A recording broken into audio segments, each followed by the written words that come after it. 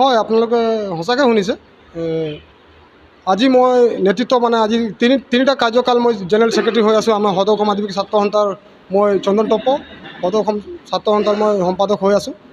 এতিয়ালৈকে মোক আমাৰ প্ৰেচিডেণ্ট ধৰ্মদাস পানিকাই বাৰম্বাৰ কৈছে যে তোক বহিষ্কাৰ কৰা হৈছে, কিন্তু এই বস্তুটো আমি মানি লোৱা নাই, মোৰ ল'ৰাও মানি লোৱা নাই।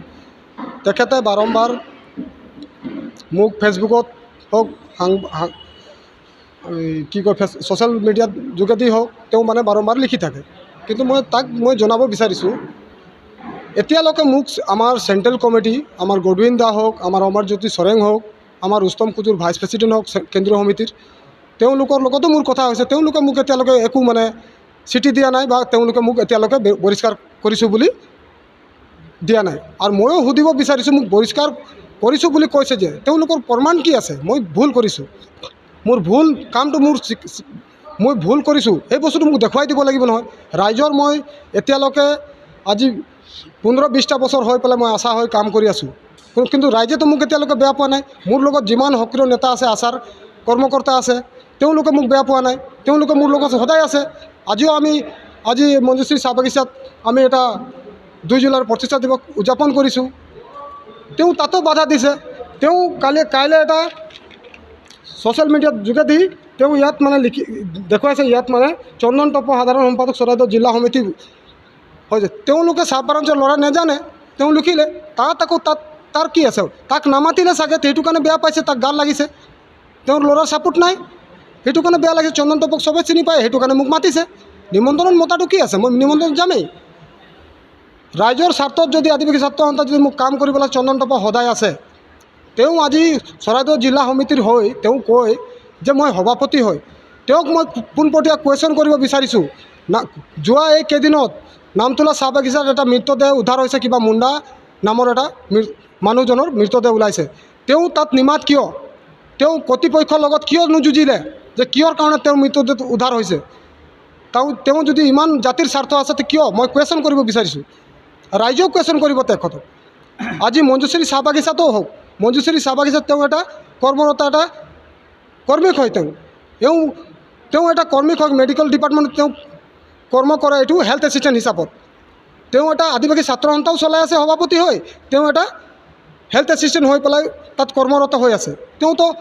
আছাৰ এইফালে ডিষ্ট্ৰিক্ট প্ৰেচিডেণ্ট, এটা বাগিচা আণ্ডাৰত এটা হেল্থ এছিষ্টেণ্ট। সুধিব বিচাৰিছোঁ, ভুৱা জালি চাৰ্টিফিকেট 2টা ডক্টৰ ধৰা পৰি এইটো মঞ্জুশ্ৰী চাহ বাগিচা আৰু আমাৰ টাউকক চাহ বাগিচা। নিমাত কিয়? তেওঁৰ লগত আমাৰ ল'ৰাক কোনো কাম কৰিব বিচৰা নাই, সেইটো কাৰণে আবুল তাবুল পাগলা হৈ গৈছে। পগলা হোৱাৰ কাৰণে আবুল তাবুল বকি আছে, য'ত ত'ত ছ'চিয়েল মিডিয়াত লিখি আছে। যদি কিবা পাইছে ক'ব লাগে। যদি ৰাজ্যৰ স্বাৰ্থত যদি চন্দন টপ্পক কাম কৰিব আছে, মই কৰিমেই। আৰু কি আছে তাত? ইয়াত ইমান ভুৱা ডক্টৰ ওলাইছে, তাত আহিব লাগিছিলে, চাহ শ্ৰমিক হৈকে মাত মাতিব লাগিছিলে। কোনোদিন মই দেখি পোৱা নাই, মই 3টা বছৰ কাৰ্যকাল কৰিলোঁ, কোনোদিন চৰকাৰৰ বিৰুদ্ধত হওক বা আমাৰ চাহ শ্ৰমিক হৈ ৰাইজৰ হৈ কোনো কৰ্তৃপক্ষৰ লগত কোনো বাগিচা আণ্ডাৰত কোনোদিন মাত নামাতিছে। সেইটো লৈ আমি তাৰ লগত কাম নকৰোঁ। সেইটো কাৰণে বেয়া পাইছে, মই বেয়া পাইছোঁ, ময়ো তাক বহিষ্কাৰ কৰিছোঁ। তাৰ লগত আমি কাম নকৰোঁ, পোনপটীয়া কথা। আজি ৰতনপুৰ টি ষ্টেট বাগানখন লকআউট হৈছে, কোনোদিন গৈ পেলাই চৰাইদেউ জিলা সমিতিৰ সভাপতি হৈ পেলাই কোনোদিন মাত মাতিছে নেকি? কুৱেশ্যন কৰিব বিচাৰিছোঁ।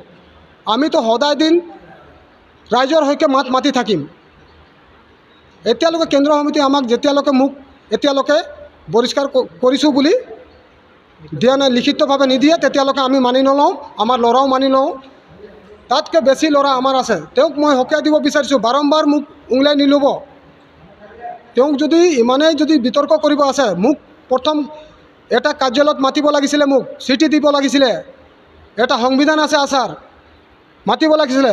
আজি কামেশ তাঁতী মোৰ সহকাৰী সম্পাদক, ৰাজু গড় সাংগঠনিক ছেক্ৰেটাৰী হয়, আমাৰ কি কয় জিতেন ৰজত, আমাৰ এইকেইটা চব আচাৰ ল'ৰা হয়। তেওঁলোকক নমতাকৈ বহিষ্কাৰ কৰি দিওঁ বুলি ক'লেতো নহ'ব নহয়।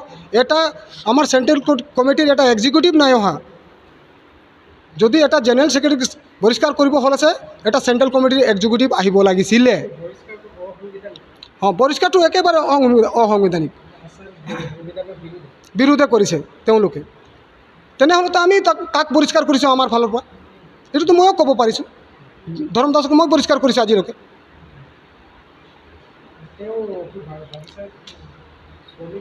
অঁ, তেওঁ বাগিচাত কৰ্মৰত হৈ আছে নামতলা চাহ বাগিচাৰ হস্পিটেলত।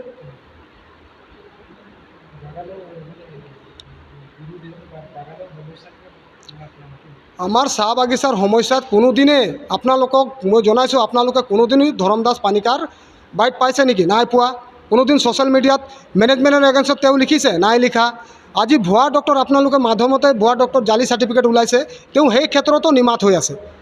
তেওঁ নিজৰ ঘৰ ওচৰতে মৃত্যুদেহ ওলাইছে, সেইটো নিমাত হৈ আছে। এনেকুৱা লিডাৰৰ লগত আমি কাম নকৰোঁ। আমি সদায় দিন চৰাইদেউ জিলা সমিতি হৈ আমি কাম কৰি গৈছোঁ, কৰি থাকিম, আশা হৈ কৰি থাকিম।